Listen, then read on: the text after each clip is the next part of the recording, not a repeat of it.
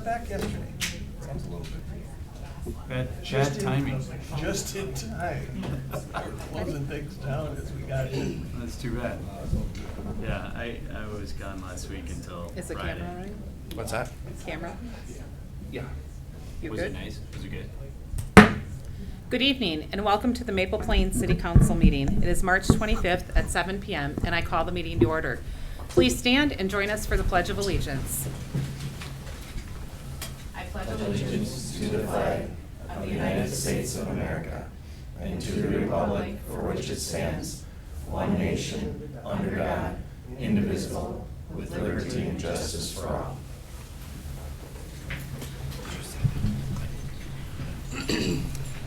I am looking for a motion to adopt tonight's agenda. So moved. Moved by DeLuca, Second. second by Francis. Any further discussion? Hearing none, all in favor signify by saying aye. Aye. Ayes have it, 4-0, motion carries. First item of business this evening is the Orono Rotary check presentation, and I'd like to invite the Rotarians in the audience to the podium, please. Good evening, Mayor and members of the council. I'm here on behalf of the Orono Rotary Foundation, and we'd like to present you and staff and the entire City of Maple Plain Council for their assistance and support that you gave to Party in the Park 2023. As a result of that success, the club has dedicated $9,000 towards offsetting costs associated with improvements in Veterans Memorial Park, specifically for the multi-purpose picnic pavilion. So tonight, Nate and Dave, I'd like to present a check for $9,000 to the City of Maple Plain. Awesome. On behalf of the City of Maple Plain, we'd like to say thank you to the Rotary, and we value the partnership, and Councilmember Fay and I are honored to be a part of the Rotary and the club and the great service organization, and we're just grateful for the support of our parks and our community, and again, we're grateful for the Rotary and your partnership, so thank you so much.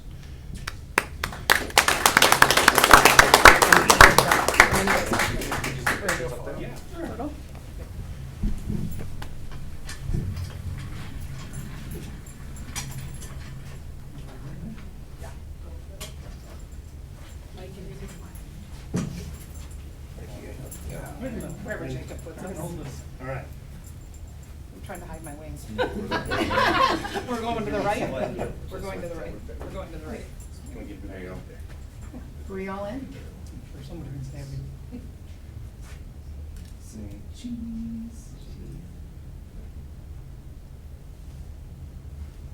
Perfect. All right. Thank you. Thanks, you guys. Thank you. Thank you. Thank you, buddy. Thank you so much.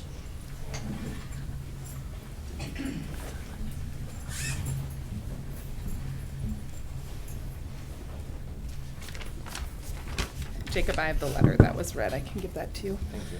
And just as a reminder, Party in the Park will be the first Saturday in June in Veterans Memorial Park, so hope to see everyone there.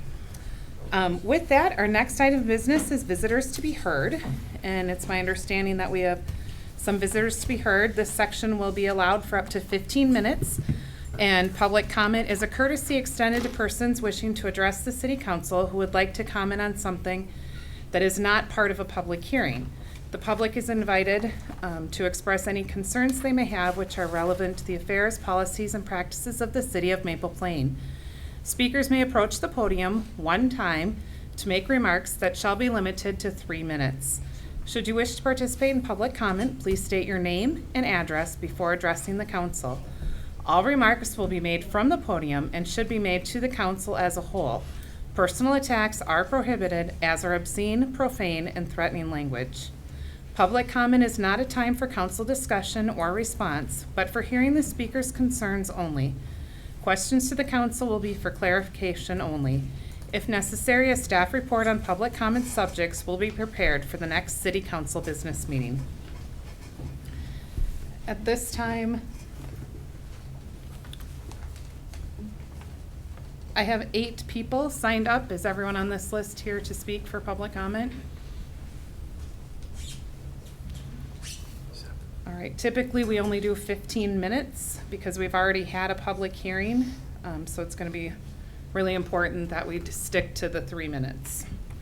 We'll start with Barb Rose.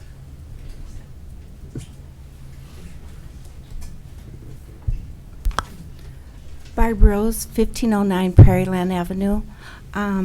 Backyard butts up with the nursing home, the old nursing home.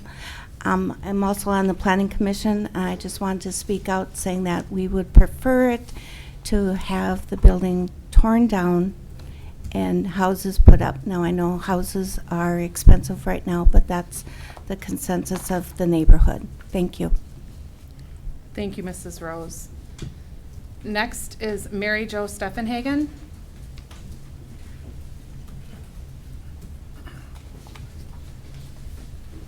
Mary Jo Steffenhagen, 5464 Bryant Street of Maple Plain, of nearly 45 years. 3 out of the 4 planning commissioners that voted, there were 6 of them, but 3 out of the 4 live closest to this nursing home reassessment, and they voted no. 3 out of the 4 voted no, and I'd really like you to hear their concerns. Safety was mentioned at that meeting with speed bumps or a sidewalk around the building. I don't see that all of us want to be bumping over speed bumps. And if you say we put houses back there, neighbors are going to speed. Well, I have a neighbor that's speeding right now, and I plan to go talk to them versus a whole people I don't know. We can't attract a grocery store up at where building was tore down because we don't have enough houses, enough occupancy. So I'd really like you to consider having that building tore down so that we can add more houses. And if you're saying there's only enough room for 5, then I'd like you to reconsider what you did over on County Road 19, where there's 5 to 6 places going in, and the amount of land was readjusted. So you have a zoning plan, and from our understanding is there's a place for a facility like this, and we'd like you to stick with that. There's wider streets, your infrastructure is set up, and you have roads that are built for commercial. We are paying for that new road, $20,000 that we paid for 35 years ago, and now we're going to have to pay for it again. It's a residential road, and that nursing home brings in commercial traffic. So I'd ask you to consider that in regards to that. So the other concern I have too is this occupancy is going to be for 61 beds, whereas my understanding, we don't even have all of the assisted living beds filled at the current nursing home. So if this business plan doesn't work out and we've rezoned it, what comes in next? And from what I'm hearing is the neighborhood would rather it be houses. Thank you. Thank you, Mrs. Steffenhagen. Next is Kathy, and I apologize, I don't know how to pronounce your last name. I'm not speaking. Oh, okay, thank you. Kevin Rose. Hi, I'm Kevin Rose, and I live with Barb, so you know where we are. At the Planning Commission meeting a year ago, we were told that 3.5 acres would hold 3 houses. At the meeting a few weeks ago, it was told we could hold 5. Its fact remains there's still 8 or 9 homes that border half the perimeter. So we cannot understand why the other half perimeter couldn't hold 8 or 9 homes also. And then the argument came up that it would cost too much money, the homes would be too expensive. But nobody sitting there was a real estate agent or a mortgage banker or a construction executive. This was all personal opinion. And it made the city look unprepared. So I wish you would look into that. And if 9 homes could fit there, and I looked through the parade of homes, and they're in this area, they are putting up $300,000 to $400,000 homes, which would fit in the area. But no one seems to be pushing that at all. And then secondly, if the plan goes through as proposed, the last presentations, River Oaks made it sound as if they were going to put their money into the interior and some into the exterior, which made it sound like The exterior would probably be the contingency money. If something did not go wrong or did not show up when they were doing the interior, then they would have money left over. Okay, but if something did show up, then the building would continue to be the eyesore it is today. So I think you should consider that and find out if they have the proper funding to do both the inside and the outside. And if they're using the contingency fund to do the outside, then they don't have the money. So, thank you. Thank you, Mr. Rose. Dan Warner?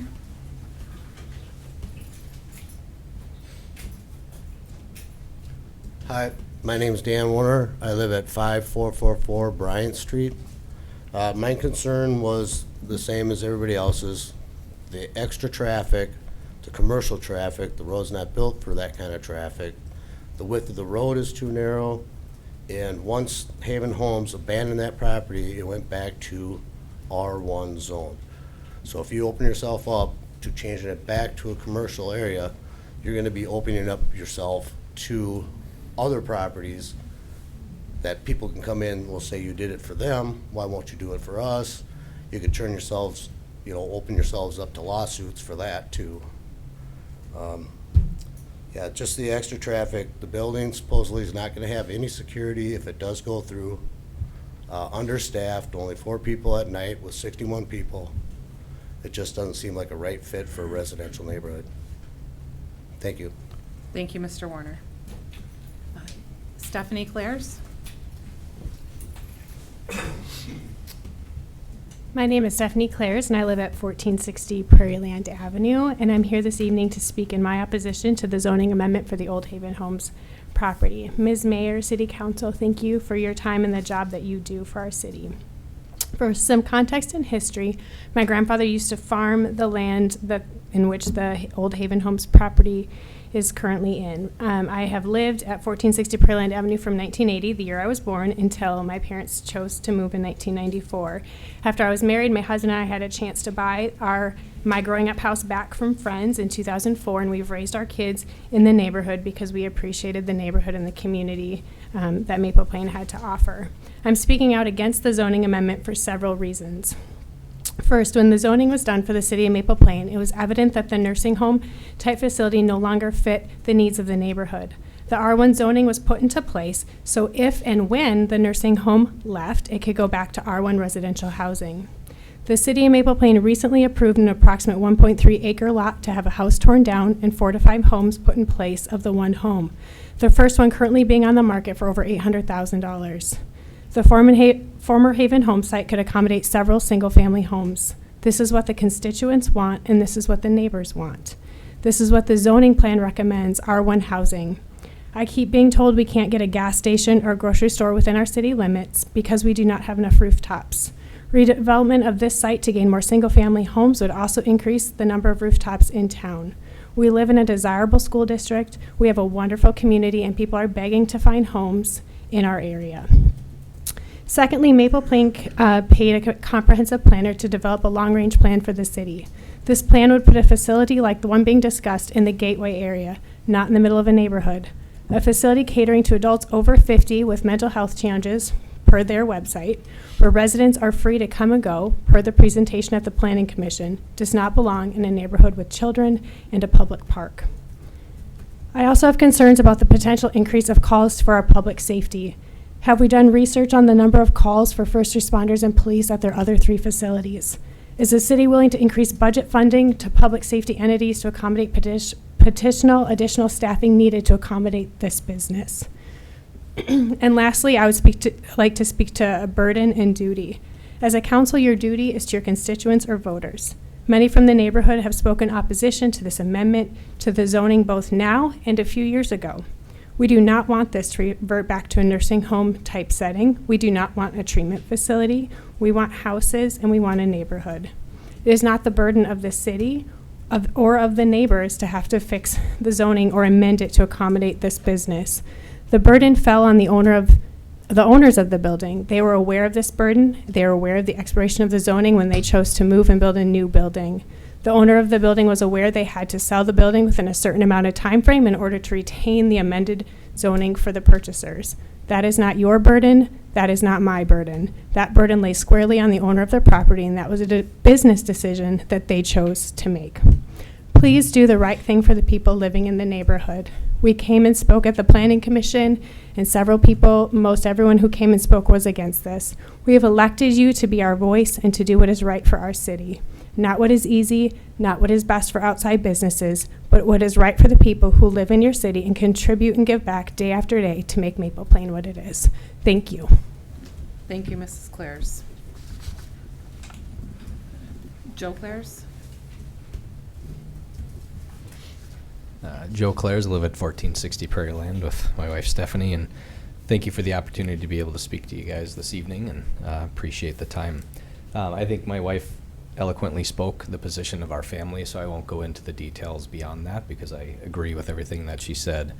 But I think what I'd like to offer is a perspective from a healthcare worker. So I work in healthcare as an administrator in a large healthcare system in Minnesota, and we see behavioral health patients consistently in our ERs that are boarded for weeks, months at a time, and we have patients that are in our hospital. The staff that have to work with them are very caring and loving to those individuals because they do need help. However, having those individuals in a neighborhood with family is not an appropriate spot for that to be. So like Steph spoke, I would agree that, and others spoke about the consideration of housing for that unit and not having a business like what's being proposed in there as well. My staff consistently get kicked, punched, spit on, to get sworn at, and many other things that happen to them on a daily basis that we hear about at our safety huddles every morning that we have. So I want to offer that perspective. I'm a dad of a young family, and I know and have friends in the neighborhood and others that come over to our house that are much younger than even my kids. I have a daughter and young son as well, and so I have concerns with having individuals of that nature in our neighborhood. So my preference is for consideration of a housing unit to go in there as well, but to not offer this to the current folks that are looking to move in there. I appreciate your time. Thank you. Thank you, Mr. Clares. Keegan Clares? I don't really have anything. Okay, all right, thank you for being here. All right. That will end our public comment for this evening and our visitors to be heard, excuse me. So with that, we will move on to item 7, our consent agenda. The consent agenda this evening includes letters A through J. February 26th City Council Workshop Minutes, February 26th City Council Business Meeting Minutes, March 4th Special Meeting Minutes, March 4th Special Meeting with the City Administrator Review Meeting Minutes, March 11th City Council Workshop Minutes, Good Standing Report for the Fire Department, 2024 Relief Service Pension Increase, Maple Plain Orono Rotary Party in the Park event permits and licensing, Wellhead Part 2 Scope of the Service with Bolton and Mank, Wellhead Protection Plan, sorry I didn't read all that. Facility use license for the Orono Schools, Orono Softball Association, and the Orono Baseball Association. And information regarding all of those things is in our packet tonight for the consent agenda, looking for approval for items A through J. I'll make that motion. Motion by Burek, Second. second by DeLuca. Any further discussion? Hearing none, all in favor signify by saying aye. Aye. The ayes have it, 4-0. The consent agenda passes. Next item of business this evening is accounts payable. First, we are looking at a final pay request for number 5, the Highway 12 water main break. No, Oh. just the water main replacement project. The water main replacement, sorry, for $13,051.11. And that is the final pay request for that. I'll move we approve that. Motion by DeLuca, I'll second that motion. second by Burek. Any further discussion? Hearing none, all in favor signify by saying aye. Aye. Opposed, same sign. Motion carries 4-0. Next item of business is the city and fire bills totaling $237,390.61. And all the accounts payables are in the packet for review. Looking for a motion to approve the city and fire accounts payables.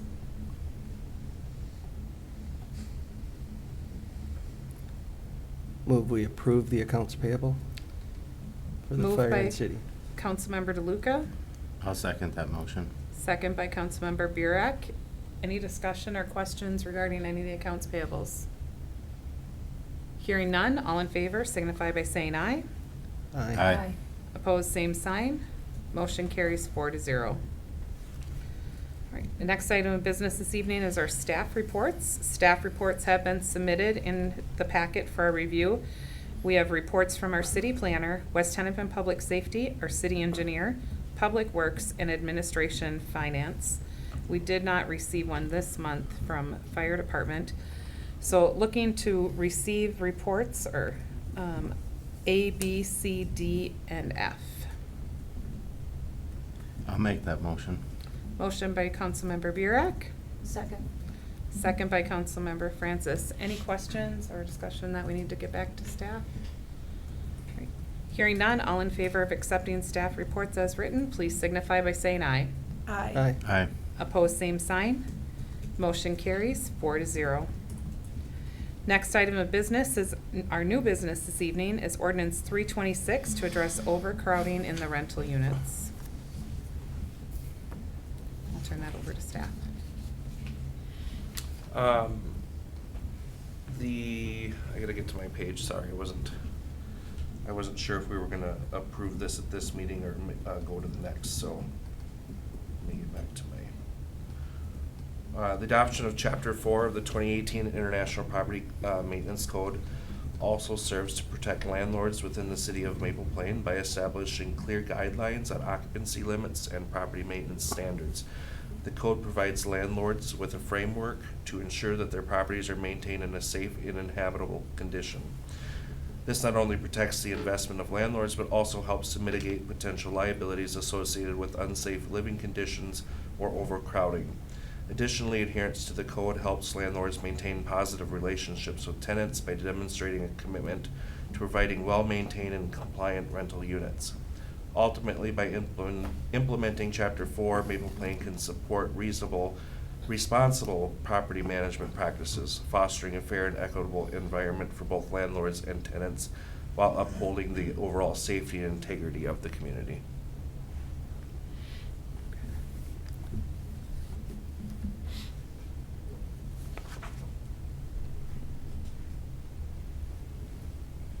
Any questions for staff?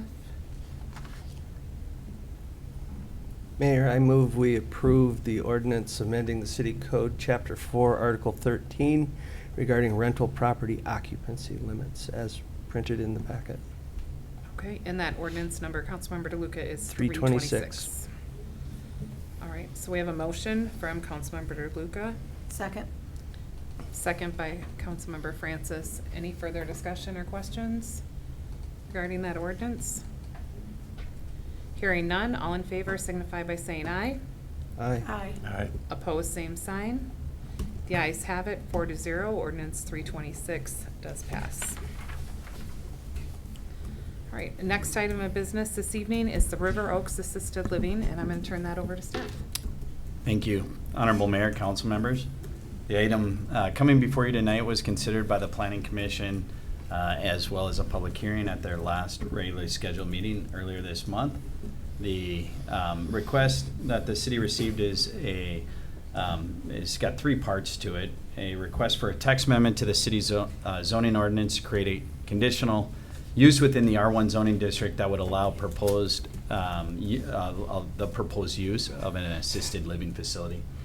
Then a conditional use permit based on the zoning ordinance amendment to allow the proposed facility on the subject property. And then site plan review to consider renovation of the existing building and grounds to accommodate the proposed use. Subject property is located at 1520 Wyman Avenue. The applicant, which is on behalf of the River Oaks of Minnesota, Andrew Alstead, made application for those three requests following meeting with the city regarding kind of process and what would need to be done if they were to seek approval for reuse of that particular facility. That property that, the subject property that is being considered is currently zoned R1 single family. It's also guided by the city's comprehensive plan as low-density residential. The north parcel is approximately 2.5 acres in size, and the south parcel is approximately 1 acre in size. Currently, there's the existing assisted and independent living facility that has historically been on the north parcel, and the south parcel is currently vacant. So the applicant approached the city about the possibility of using that facility. As you know, this isn't the first applicant that's come forward asking for consideration and potentially the reuse of that facility. In this particular case, the applicant has come forward to the city seeking the ability to use that building as an assisted living facility, licensed as that under the state licensing provisions, and looking for ultimately a total of 61 licensed beds in that particular facility. As you're aware, the city made a determination and stood by that determination that there is not a legal non-conforming use of that facility that's any longer in place, and that the city's current R1 zoning ordinance does not accommodate a facility that would allow for either assisted care or some other type of care or treatment from that facility, and that was ratified when the city denied the last application that came forward. With that said, in order for the city to consider any use of that facility outside of R1 single-family residential, the city would have to consider a zoning amendment, an ordinance amendment that would allow in some manner a use of that particular facility. What the applicant that's come before the city has asked the city to consider is amending the zoning ordinance to include a conditional use in the R1 zoning district that would allow an assisted living facility. The assisted living facility provisions then are outlined in a draft ordinance that can be considered by the city if the city chooses. Some of the provisions that were set would essentially limit the assisted living facility use in R1 zoning districts to properties that have a minimum lot size of 2.5 acres, which is larger than any of the vacant properties that we currently have in the city with that same zoning. And then we go on to talk about a series of additional provisions citing state statute that would then further limit the uses within that R1 zoning district to those that are considered under that statute. I can go into more detail on that particular provision, but with that said, the city would have to consider that zoning ordinance amendment, and the city has the ability to either consider or essentially not consider amending the ordinance and or the land use that corresponds with that particular property. If the city were to consider a land use change to amend the ordinance to allow assisted living as a conditional use, then the process for review would be under the conditional use permit process. The city has criteria for granting a conditional use. And then also the property would be subject to the site plan review process, and the city has, again, provisions, criteria relating to the site plan review. I'll go over just the applicant's request and some of the details associated with it, and then I'll go over the Planning Commission's discussion and ultimately inaction on the request. So the existing property has historically been used, as you know, for a nursing home and assisted and independent care facility. The previous facility, which has been removed from that property for several years now, had 69 bed spaces in 4 different wings. And the building is approximately 45,000 square feet and is comprised of 1 story. The applicant is proposing to reuse that existing building by making interior and exterior renovations that would provide for up to 61 beds licensed under the assisted living facility provisions of the Minnesota state statute. The interior renovations would include reconfiguration of some rooms, HVAC modifications and upgrade, and other interior cosmetic changes to accommodate the 61 beds. And it would also include exterior renovations, which include painting, tuck pointing, exterior parking lot, resurfacing and striping, and then general landscape maintenance and signage and possibly installation of a new perimeter fence. The city has reviewed the plans in more detail, and we provided comments to the applicant. The comments were ultimately responded to by the applicant. The city's review of this particular request identified a couple of things that we would look at for any similar type of request. We looked at the building plans that were being proposed. As it relates to the building architecture, if you want to scroll, oh, I have it. Then you know where you're going. Yeah. Can I make it small?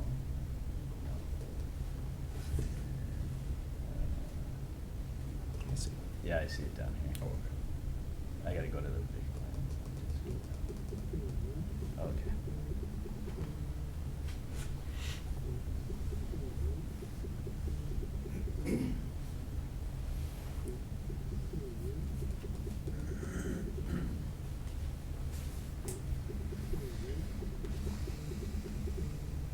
The applicant provided plans relating to the exterior renovations, including notes relating to tuck pointing, relating to painting, relating to the maintenance and/or repair or replacement of several exterior doors, and then kind of an extensive landscaping plan that shows how the landscaping that's in place would be maintained, pruned, cleaned up. The beds would be resurfaced or remulched, and a lot of the exterior overgrowth would be taken care of from the exterior standpoint.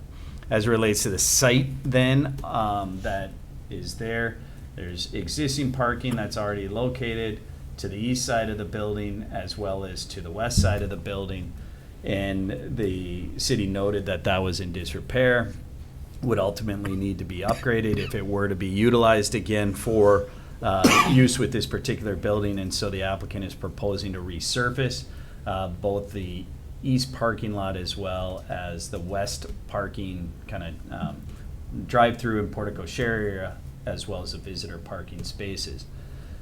The city reviewed then the proposed use against what would be provided for parking, and noted that the city's standard, while it's not specific to the assisted care use, we do have some comparable uses in the ordinance, and we have utilized those successfully when reviewing similar proposals for assisted care. Ultimately, 1 space per 4 beds, and 1 space for each 2 employees. So looking at their peak employee time period, which would have approximately 20 employees, and then 1 space per 4 beds, the requirement of 16 spaces. The city had identified 36 spaces would be required to accommodate the use that's being proposed, and noted that there are 46 spaces. So if there were an influx in staffing or peak staffing, or if there was an overlap in staffing, there is a buffer as it relates to the number of parking spaces. And we also noted there were 14 spaces for client drop-off that are coming off of Wyman Avenue side on the west side of the property. The site lighting was also an issue that was identified by the city. It was noted that the site lighting currently doesn't meet the city's standards for lighting. That would include both the building lighting fixtures that are on the sides of the building, as well as the parking lot lighting. The applicant has prepared a full lighting plan with foot candles showing that they could make the lighting much better than what is currently there. We noted in our report that the city has a maximum number of foot candles permitted at the property line of 0.5. The applicant's lighting consultant was able to bring that 0.5 down to a level that is what I would call almost in keeping with the ordinance. There were 2 or 3 locations where the light poles right along the property line, which is this blue line here.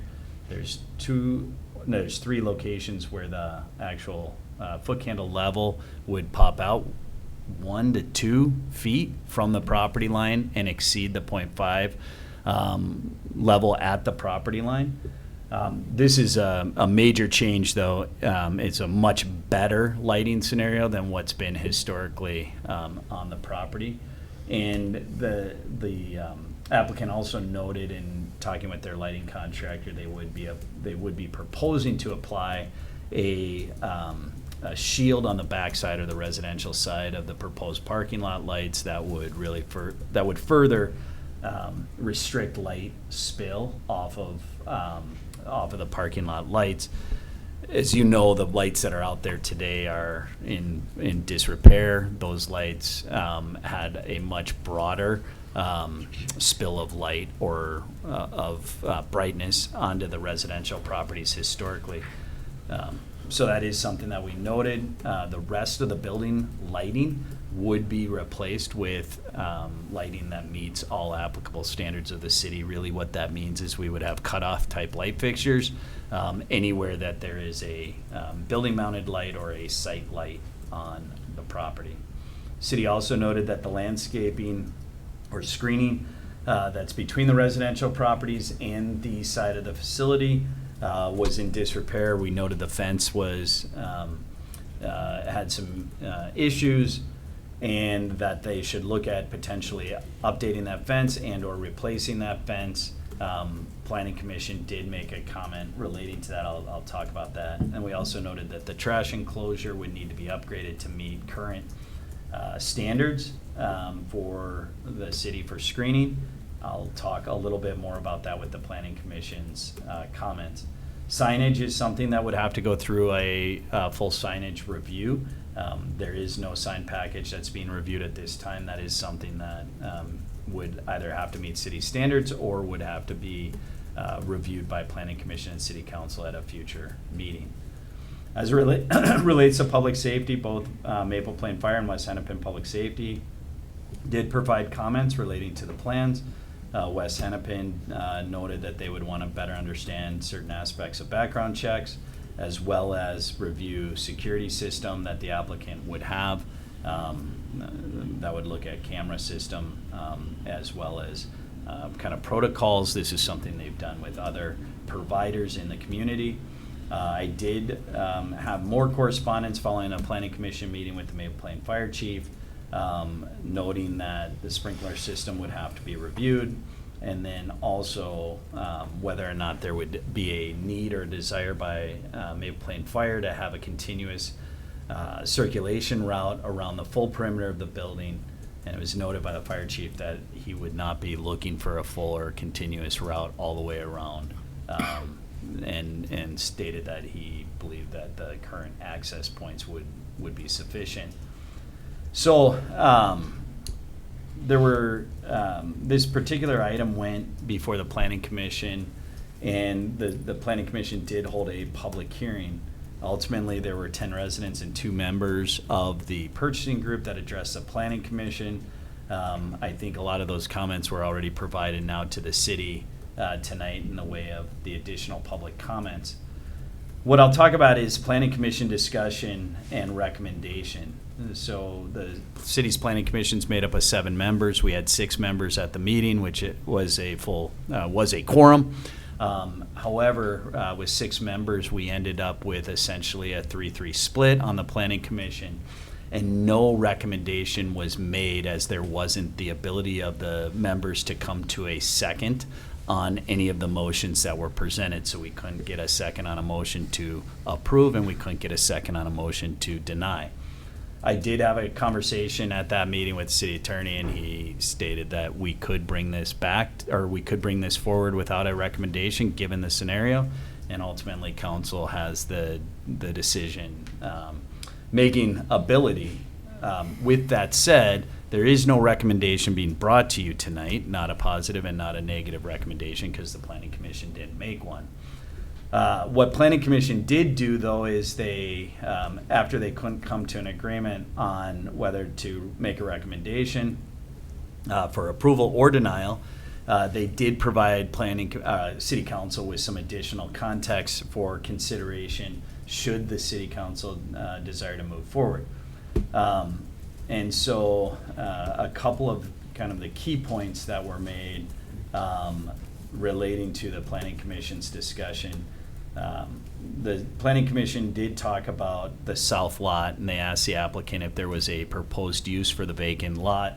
They noted that there's a drainage, that south lot acts as a drainage issue, or drainage basin essentially for that entire neighborhood. It's kind of a natural low spot in the neighborhood. The applicant noted that there was not an intended use for that south lot at this time. Staff did have further discussions with engineering about that particular lot, and noted that that is a natural collection point for the neighborhood, and there isn't a natural outlet.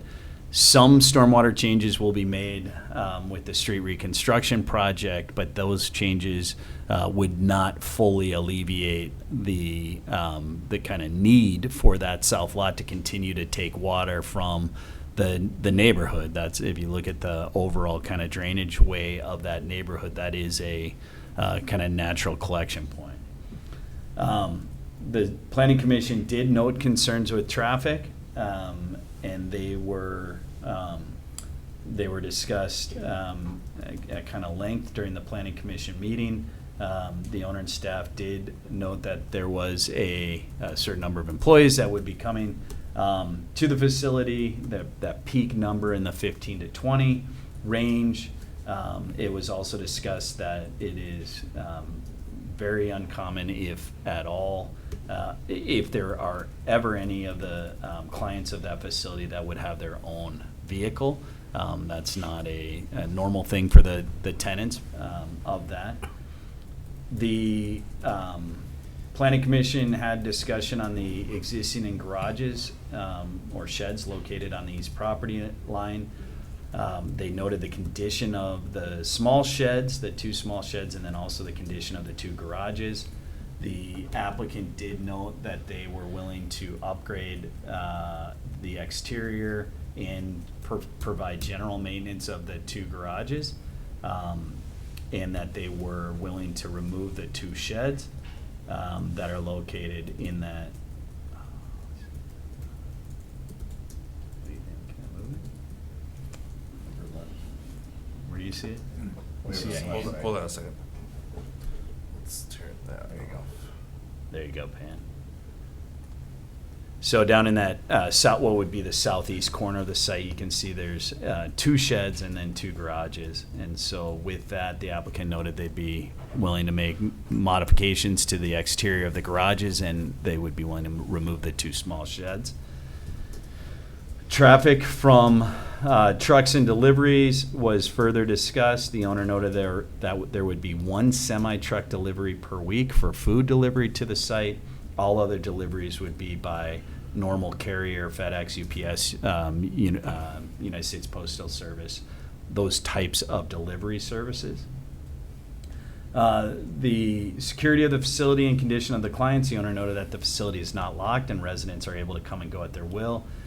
This is in accordance with applicable state licensing requirements and statute that regulates the type of licensing that would be sought for this facility. The owner noted that the facility is staffed 24/7, and that by statute they're required to check on clients at least once every 24 hours that they're in the facility. Smoking outside of the building and grounds and related smells was noted. It was discussed. It was noted that the facility will only permit smoking inside the courtyards, which are interior to the building. And then I discussed a little bit more about the drainage and the stormwater issues with the south lot. There was a comment and note that if there was anything moved forward with this project, that the applicant be required to review the condition of the existing culverts under the driveways on Wyman, and if necessary, make changes or modifications to maintain flow of stormwater through those two culverts. So, Planning Commission was not able to make a determination or a recommendation. With their conditions or their discussions, if this were to move forward, they noted that they would like to see both small sheds removed along the east property line, repair roof and residing painting to match the existing building, the small garages on that property line, install an 8-foot tall board-on-board or opaque fence along the east property line that it should extend past the proposed garbage enclosure. Limit the height of the light poles along the east property line to no more than 20 feet. Now, I did confirm with the applicant that the proposed light poles are 25. That's something that we'd have to go back and look at in more detail. Specifically prohibit any outside smoking east of the existing building, and then confirm the condition of the existing culverts along Wyman. So with that, because there was no recommendation from Planning Commission, we didn't bring a recommendation to City Council either to approve or deny, so we would be seeking additional direction from City Council related to the desired action. Ultimately, the City Council has the ability to review and consider the applications provided. If the City Council made a motion, what we would be looking for is either a motion recommending approval of the text amendment, directing staff to prepare the final amended ordinance, and resolution approving the requested conditional use permit and site plan with any conditions that we would note, or we would be looking for a motion recommending denial of the text amendment and directing staff to prepare a resolution denying the requested conditional use permit and site plan review based on the ordinance not allowing for it. So with that, I'd be happy to go into more detail or any detail council wants, or provide any more information. And then I also want to note, I believe Andrew, the owner, is online. Chris. Oh my gosh, I'm sorry. Chris is online for questions, and Corey is here as well if people have questions for them.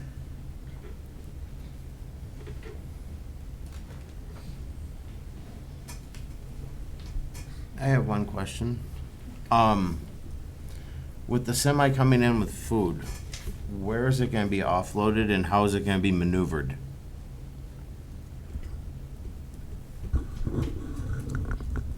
Did you get that, Yeah. Chris?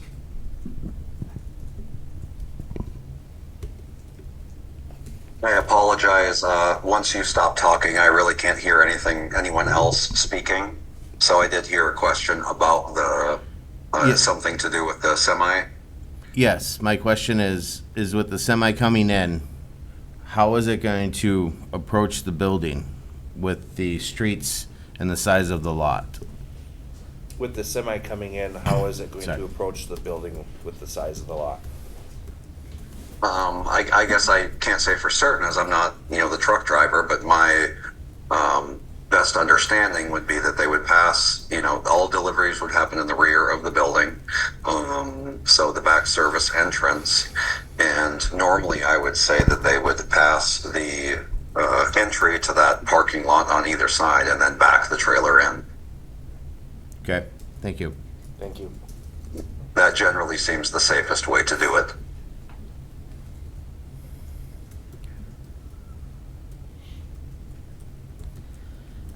I understand that both the fire chief and the police chief were contacted, and there was some notes, particularly 3 things in agreement to. I think it would be important if we were to move forward with this, that there would be a sit-down with both of the chiefs discussing expectations and public safety in terms of call response and what that would look like in terms of our staff, and an agreement when people get sent, and the as was noted by some of the residents as well. Would you be willing to do that? I apologize. I can't hear. I'll speak on that if that's okay. Oh, It's Corey. Corey, will you come to the mic? Thank you, Corey. Sorry, Chris. That's okay. I can speak on that. So in all of our communities, we try to work really well with the fire chiefs and the emergency planning commissions and the chief of police or the sheriff's department to work on that stuff. You know, there are times where clients could be a challenge, like in any long-term care facility, medically or from a mental health perspective or dementia. We do our best to work it so it doesn't become extraneous for anybody. So you would be willing to meet with them Absolutely. then before we were to sign off on anything? Yep, absolutely. One other question then, Corey, while you're still there. I'm looking for some clarification. I've heard that you're licensed for assisted living and that it would be called assisted living, but then I've heard others refer to it for mental health. So what type of clients will be there? So we are going to be applying for license as an assisted living through the state of Minnesota. We specialize in caring for individuals with a mental health disorder. We are not a psychiatric unit. We are not a hospital. Our referral system and admission process is that as such as we ensure that they're going to meet the quality of care or meet the criteria for our buildings, that they're safe, they're not on their registry for sex offenders. We don't take any actively violent clients. Of course, in the event they need psychiatric care, we're going to get that for them. But we don't just take anybody. We make sure they meet our quality standards. Thank you. Other questions? Mayor, Yes. let me start by saying I'm a little disappointed that we couldn't get two members of our planning commission to either say we recommend this or we deny it. I got to tell you, I think that's a failure on our planning commission's part. And I'm disappointed that we're sitting here trying to sort through details that ought to be done down at the planning commission level. So I don't feel like tonight I'm in any position to, on the fly, recommend and look at conditions or pieces of this. So I'm going to limit my comments to the desire to consider zoning amendment changes tonight, which is, I think, Mark, where you were asking us to really weigh in. I'd like to see this site used for something. I've been on the council for 12 years, and I don't like when a piece of property is not being used for something. However, it would be good for the city if every piece of our city was used in whatever way it could be done. But we're talking about things like light spill here. We shouldn't be talking about that. We're talking about screening and fencing. We're talking about garbage waste and traffic. We're talking about signs. We're talking about stuff that doesn't belong in that residential area. This is a residential area. It's zoned residential. We're trying to put something in that area that doesn't belong. And I think it ought to remain a residential area. The best use of that land is residential. Mark, I'm questioning though, have you had developers coming to you saying, I'd like to rip that building down and put up however many number of houses we could? Councilmember, no, we haven't. Now, with that said, the city staff, we did approach the owner of the property following the last denial that was made relating to the last proposed use of that facility, and we did talk about would they be willing to look at other uses of that, i.e. some sort of a planned unit development, some sort of a kind of more conducive single-family type product. And I think while they were willing to talk about it, I mean, ultimately, you know, they'd have to be willing to come to the table and say we're open to that concept. And Or some developer buying that property from them to do. Well, and the it's same been for thing. sale for, we have Right. had no questions. And from I feel developers horrible on that. about that, the fact that a piece of property isn't being used the way that it should be. But I'm still going back to my concept, this is a residential area and it ought to be used for residential. And just because it has a building that might need to have some renovation in order to try to stick a square peg into a round hole, I'm not in favor of that, and I'm not interested tonight in a conditional use permit for this. We've had issues with conditional use permits in this city.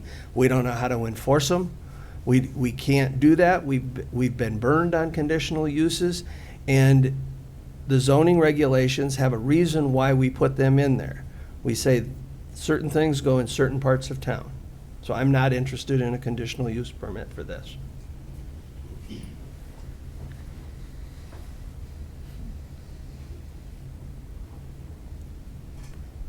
Other questions or thoughts?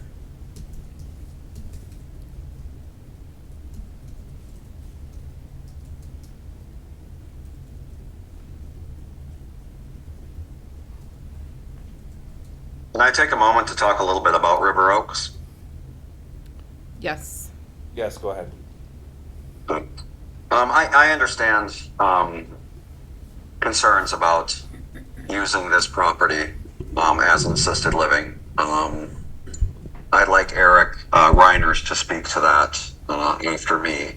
But I would like everyone to hopefully remember that this was here before everything else was. And the fact that the process has been delayed over a year so the non-conforming use expired doesn't really change the fact that the building's been there before all the residential houses were there. There's one person that's moved into that neighborhood since the building has been closed and vacant. We're a very good company. We're bringing many jobs back to the community. For example, within Watertown, our biggest position that we have within our assisted living communities is certified nursing assistant. Certified nursing assistant is a unexperienced, we will train, we will send them to school and pay for it position. The average within 25 miles of Watertown is $17.95 an hour. Our average wage for CNAs in Watertown is $21.59. We match our employees' 401k 5%. Our employees pay approximately $70 every 2 weeks for full health insurance. The list goes on and on. Not to mention the fact that we're going to be putting, frankly, millions of dollars into this location and preventing it from falling in and becoming a vacant, condemned crime hazard. So I do understand that it'd be great if residential houses went into this spot, but I think the owner has made clear that that is not a feasible option for them. I'd like to point out that if you did find a way to put 10 houses into this location, that'll create approximately twice the traffic that our assisted living facility will be. I can go on and on, but I really, really hope that the members and the city consider what great things we'll be bringing back to the community, and what could happen to that building if we're not allowed to restore it and bring it back to life and help the community in the way that we do. So thank you for that time. Thank you. And Mayor, I'd like to add that I don't think any of my comments are directed towards the organization. I'd like to see an assisted living facility in Maple Plain, just not on that site. All right, thank you, Councilmember DeLuca. Good evening, Mayor and council members. My name is Eric Reiners. I think Chris tried to introduce me there at the beginning of his comments. I'm the principal in charge at SRA, and Andrew Altstadt in my office is also here. Andrew's worked day to day with the staff at River Oaks on finding the best and highest reuse for this facility that meets their programmatic needs. But I wanted to address a couple comments I've heard here tonight. First of all, I think it's important to acknowledge what the neighbors have said. I mean, it's hard to consider this use in my neighborhood.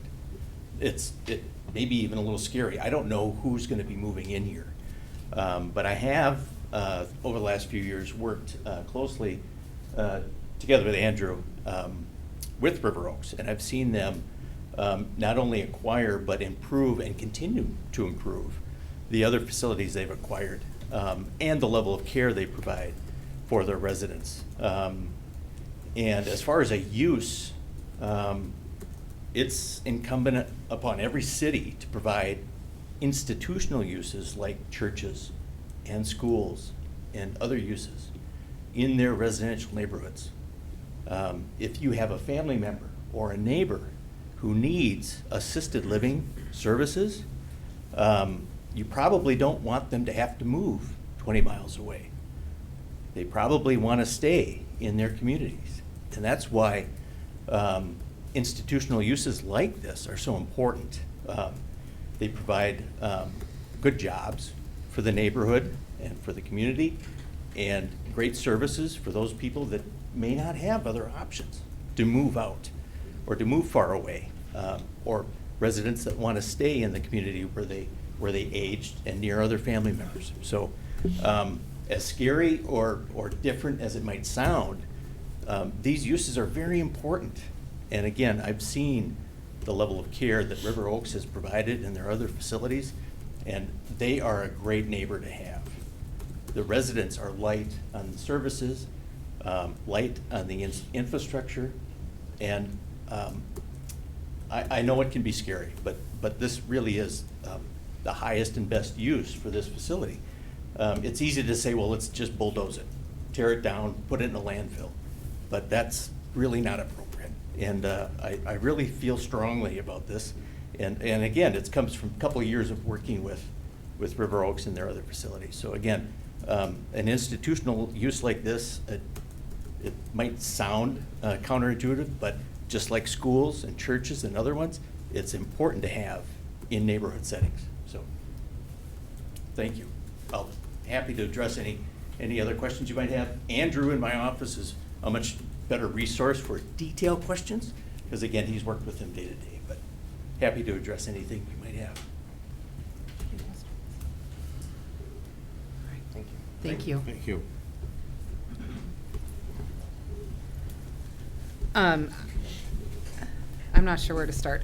I've listened to the Planning Commission meeting. I have watched that. I have read the packet. I have done my best to discern the information. I have listened to the neighbors that have reached out. You know, this building has been vacant for 3+ years, and that's not good either. And before the building was vacant, it was an assisted living place, and it was there before most of the homes, and it was a part of our community. And as noted in the letter in one of our packets from a resident who even spent time there for therapy, it used to have 69 beds. Now it would have 61 beds, so it'd be serving less people. River Oaks has a good reputation. You know, whether we have homes or assisted living, there's going to be traffic. There's going to be changes in the neighborhood. Unfortunately, as we've heard tonight, no one's knocking on the door to knock down the building and to build any homes. So we need to look at the entire picture for the city. Obviously, safety is our first priority. Sounds like both of the chiefs have no concerns with safety for the neighborhood. And River Oaks is willing to sit down and meet with the chiefs as well, so we can talk about expectations and service regarding public safety. You know, no matter where we live in the neighborhood, you know, I'm just across an 83 on the other side, and every Monday morning at 6:45, I hear the beeping from the garbage truck. And I remember when my kids were younger, it would annoy me because it would wake them up, and we couldn't sleep with the windows open. And it's part of being a community. It's part of being small town. There's going to be things that we don't like. Unfortunately, I feel like with this, with a conditional use permit and River Oaks being willing to work with us, I feel like this is a viable option for the city and a way to get people back in our city during the day, eating at the coffee shops, eating at the restaurants, bringing jobs, that there is good use. Right now, I don't see any reason that I'm not comfortable with the conditional use permit if River Oaks is willing to meet everything that was noted by the Planning Commission, in addition to sitting down with the police chief and fire chief, discussing expectations at this point, unless I hear something else from one of the other council members that I haven't heard yet on the meeting or someplace else. I just want to make sure everyone understands that, or my understanding is River Oaks is a for-profit company Yes. versus when it was Haven Homes. Haven Homes, that was a nonprofit. So we're talking That about is correct. tax dollars, property taxes, tax dollars. They'll have to pay for road improvements and all of that, where nonprofits get a little bit of a break on taxes. Is that a correct understanding? Yep. This is Chris, and that is a correct understanding. All right. So to me, that's an improvement for the city. And another improvement, we have been having disturbance calls there with kids at the building and kids in the parking lot and kids breaking in. I mean, the longer it sits empty, the worse it is for the neighborhood too.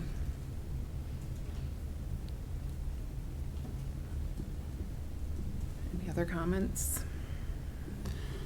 I just want to make the comment that being new on council, not seen beforehand, the vacancy of a lot being used is going to be beneficial. And I do hear the concerns of the residential zoning. And it is a challenge because at one hand, we do have an option to move forward to better some part of the city, but yet it does come at that cost of the zoning. So it's just a lot to weigh in.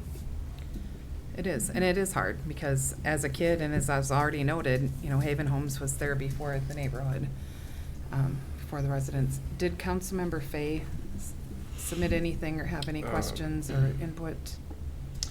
Yes. Just give me a second, please. Realizing he can't vote, he's not here, but I would be interested if he's had any feedback. So I'll just read some of his comments.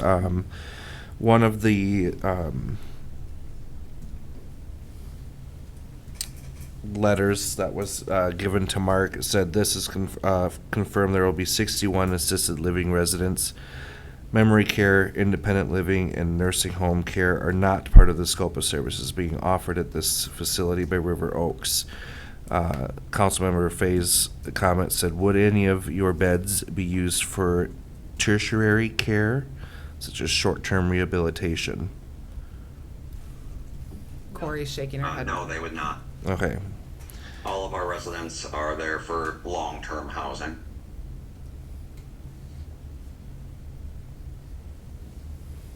Okay, I'm reading his screenshots here, so bear with me.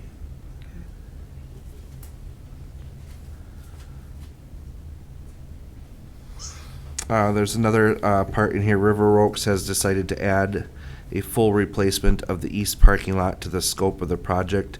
His question on that is, does this include mill and overlay on the west and north lots? Do you know? Andrew, Andrew, if you could answer that, I believe it does, but Andrew would know the specifics. Come on up, Andrew. Sure.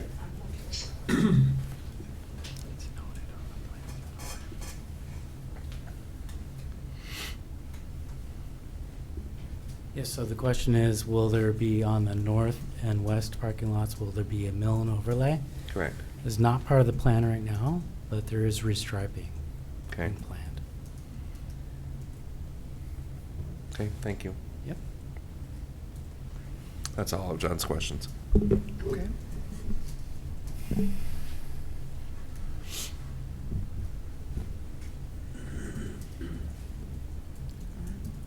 Any other comments or questions? All right.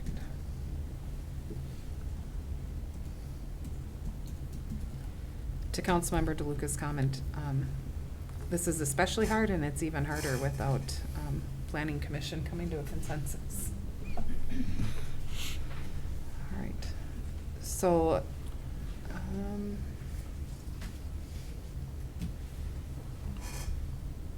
so I heard Councilmember DeLuca is not comfortable with the text amendment for the city zoning. Is there anyone? Madam Mayor? Yes. And just to kind of re-clarify, if there's no more questions and comments of what staff is looking for as far as direction, we're looking for a motion recommending approval of text amendment or a motion recommending denial of text amendment. And just to clarify, Honorable Mayor, you're not approving with those motions, you're just directing staff to bring that back. And then to look at everything Yeah, and again. then that would, either way, it would come back to you. Right, so nothing And is then you 100%. would vote, right, then you would vote on the actual resolutions in front of you and/or ordinance in front of you. And then we could do more research if more questions came up You could. for us tonight. You could. Okay, all right. Mark, can I clarify also that step one is the amendment? Are we interested in the amendment? If the answer to that is yes, then staff will go back and look at an amendment. At what point does staff then come back with a recommendation of the details for the conditional use permit? And isn't there a conditional use permit that has to come in there someplace? It would, but you really have to have the text amendment to go, and then we would bring back with the text amendment. We would only do them hand in hand, and this is really, it's really up to you if you want to do it that way, but we've always recommended to the city council that they don't do them in a vacuum or separate. You do them with the context that you have in front of you, and you only make that decision at that time. So we would bring back, and we've included the draft language in your packet, but we would bring back a final ordinance amendment that would be an official ordinance for consideration. And then subsequent to that vote, we would have a resolution with conditions, full conditions, including anything that would come out of the fire chief and police chief meeting and/or other questions, and you could always add additional. I would start with the conditions that I noted, which were given to us by the Planning Commission. So the Planning Commission, even though they couldn't come to a consensus, did then go back and say, we can't give the city council consensus, but we want to give the city council conditions if they choose to move it forward. And so those conditions are what we included, but we would finalize those conditions in a more formal resolution if it were to go that direction. And if it's to go the other direction, I would finalize conditions denying and then the findings of fact associated with that. So if the motion is. This is Chris. Can I interject for a moment? Sure. Go ahead. So I'm hearing a little bit of what's going on, and I would just let everyone know that this situation for us is becoming time sensitive. We have construction contractors ready to go, and if we continue to delay, push back to the commission, not get a decision, there's a likelihood that we lose that window and we're not able to do the project this year, and that significantly changes the situation of the project going forward. So I don't want to put undue pressure on the members, the council members, but I do want to be open and honest and let people know that we are at a time sensitive situation and we really are ready to start moving forward. And we hope we can come to that conclusion. Thank you. Out of respect, I hear what you're saying, but as I'm not sure if you've heard, there will not be a formal decision made tonight. The decision being made tonight is whether staff will go back and put together a text amendment with everything that has been noted by planning and council. There will not be a decision made tonight either way. Regretfully to inform you of that, and I am not comfortable rushing a decision because of construction, and I will not do that to our residents or city or allow us to be put in that position.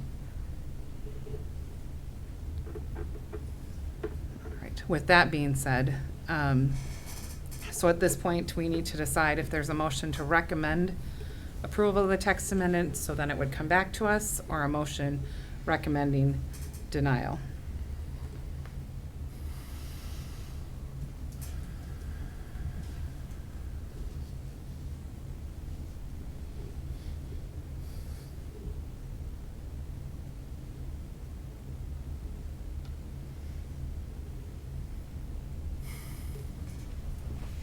I will make the motion to recommending approval of the text amendment. And just to clarify, with that recommendation, it is first, you're directing staff to prepare a final amendment ordinance and resolution with all the conditions that have been noted in the plan review. Correct. Okay, there's a motion by Councilmember Francis.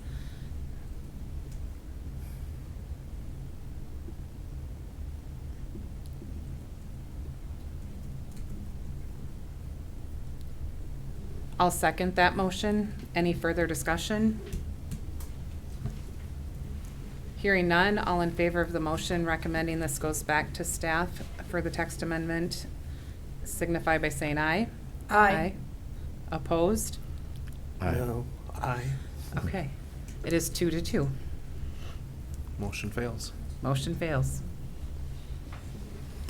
Okay. All right, well, thank you, everyone, for your heartfelt and discussion and respectful conversation. It's not easy when we're looking at things with many different lenses, and I appreciate the quorum and the respect that is in this chamber. So that doesn't happen in every city. So kudos to Maple Plain. Staff? Honorable Mayor, Council, with that, I will be bringing you back a denial resolution for formal ratification at the next meeting. So then it will come before us again, and then Councilmember Fay will be here, and it could potentially be different? Overturned? Well, it's up to you. Yeah, you Oh, my. you get to vote on that. You get to, but we do need a formal ratification of that. Okay. Okay. All right. Thank you, staff, for all your work on this as well, I know. And thank you, everyone, for being here tonight. All right, with that, we will continue on with our agenda. The next item of business is the water tower cleaning quotes, and I'm going to turn that over to staff. Give me 1 second. Chris, I'll let you go at this point, okay?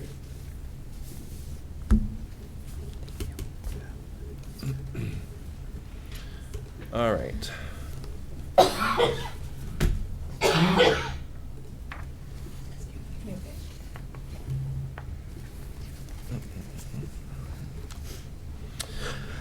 Thank you, Madam Mayor, members of the council. We had a couple workshops in which we discussed the water, sewer, stormwater budget and rates. In 2022, the council hired Abdo to do a rate study to make sure that we're in line with. Am I on the wrong? Yeah. You're looking at me like I'm crazy. Do you want to reverse those? I'm sorry. You're okay. Oh, gosh. Just so we're on the right. Thank you. Yeah. Water tower. I was like, that doesn't look like That the water doesn't tower. sound right. I'm like, that's a lot of money graphs. Sorry. That's okay. So we got 5 bids for water tower cleaning quotes. It has been brought to my attention that I should have paid a little bit closer attention to those because some of them say half of the from the equator down, and some of them say the whole bowl. Yeah. So I guess at this point, I don't know that I would want a recommendation. I'd want to go back and maybe clarify that with them. Okay. And then bring back that to the council. To me, it's like if you're cleaning the exterior of the water tower, you're cleaning the whole thing. So I apologize to the council for that. No, I'm glad we caught that now before we agreed to a bid. So let's table that for further meeting when we have all the information. That would be great. Thank you. Okay, now let's move on to water sewer rates budget for All 2024. right. So we met in several different workshops to discuss water, sewer, and storm budgets and water rates. In 2022, the council had a utility rate study done, just kind of see where we're at with our rates and where we need to be with our rates in order to, keep functioning the water treatment plant, upgrades to infrastructure, and things of that nature. It is the recommendation of the finance staff and myself that we look at a 10% water increase, a 5% sewer increase, and a 5% storm sewer increase to make sure that we're in line with those expenses. All right, thank you very much for your work on that and presenting that this evening. I know we've talked about this at a couple different workshops. We've spent hours listening to presentations from Abdo and doing our research, and I just want to note that none of us ever want to do increases. They affect each one of us just as much as each of our neighbors. But with the current trajectory we're on, that we're not setting ourselves up for success in the future. And we have to take care of our infrastructure, and we need to plan for that. So while this is a hard one, I believe it's the fiscally responsible thing to do for all of us. So. I'd like to add, Mayor, that it is hard to, anytime you're taxing or adding a fee. However, I think the charts that are in the packet are the most telling to me, where you see if you could even maybe pull to one of those.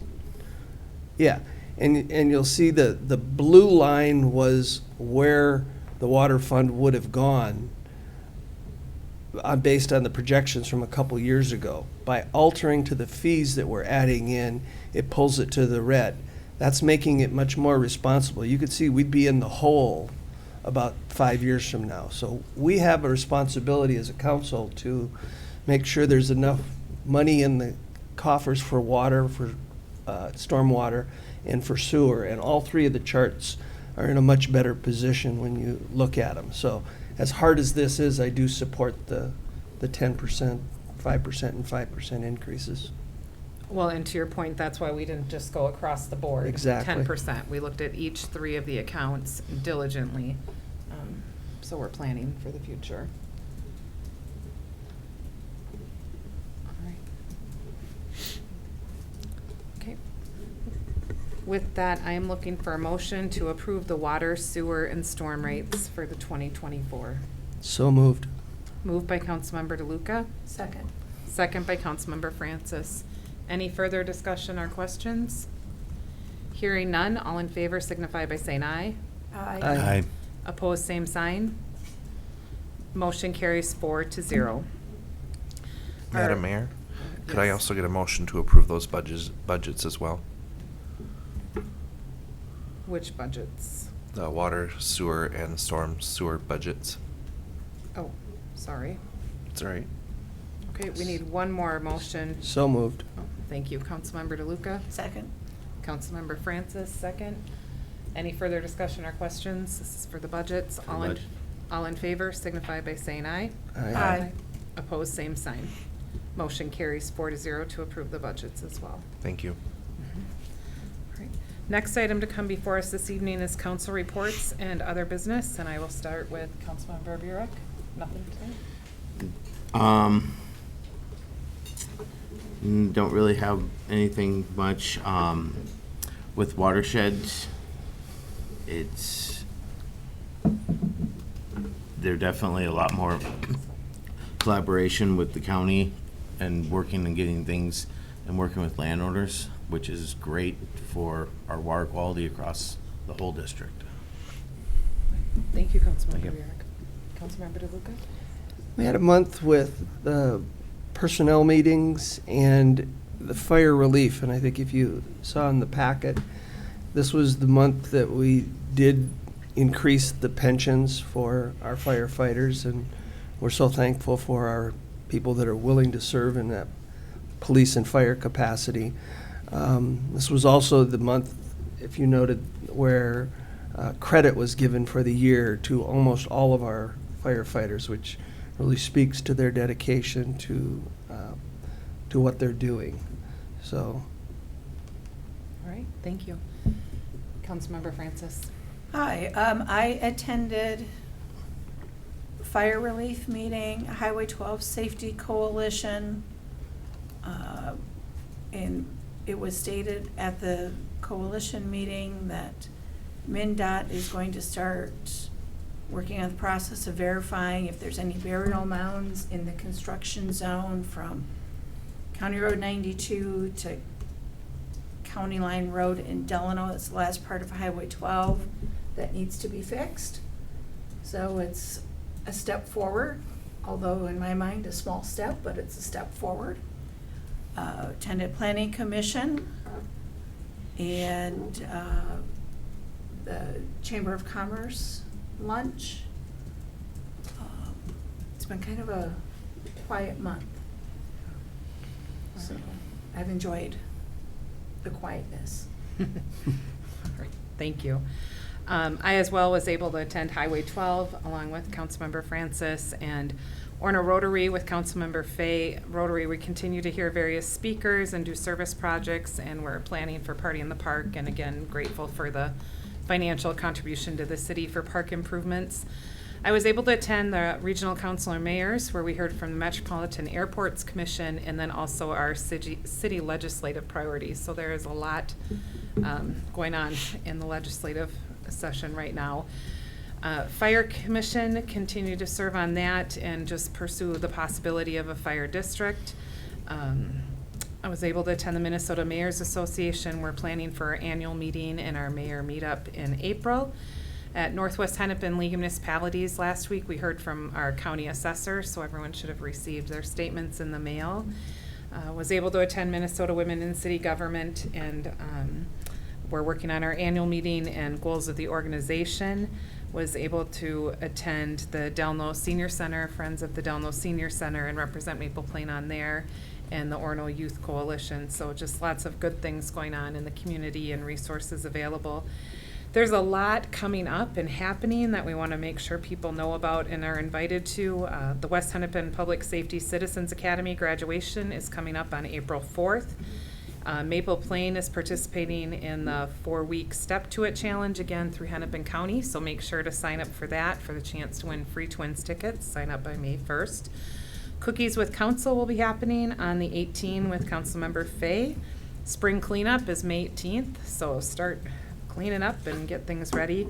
Yard waste pickup, I know many people were asking about that before this week, but yard waste pickup, the green cart for leaves and sticks, is April 15th. And then also want to make sure people are aware of Sergeant Dennison has committed 35 years of service to this community, to West Hennepin Public Safety Department, and everyone is invited to an open house on April 30th from 4 to 6 at the police station with a program at 5:30. So we want to thank him and his family for their commitment to our community and just the years of service. And also want to note that there's a community egg Easter hunt this Saturday, March 30th at 10:30, and we want to thank the sponsors of that, Maple Plain Community Church and Christ Lutheran Church. So thank you to them for hosting that annual egg hunt, and again, that's 10:30 this Saturday. So again, there's lots of things going on in our little city, and it truly is just an example of why together we are better and we can do so much more. So just thankful for the city, and I'm thankful for tonight, and look forward to continuing to do good work. Any other business to come before us tonight? Hearing none, I'm looking for a motion to adjourn. So moved. Motion by Francis. Second. Second by Vera. All in favor? Aye. All right, meeting's adjourned at 8:28.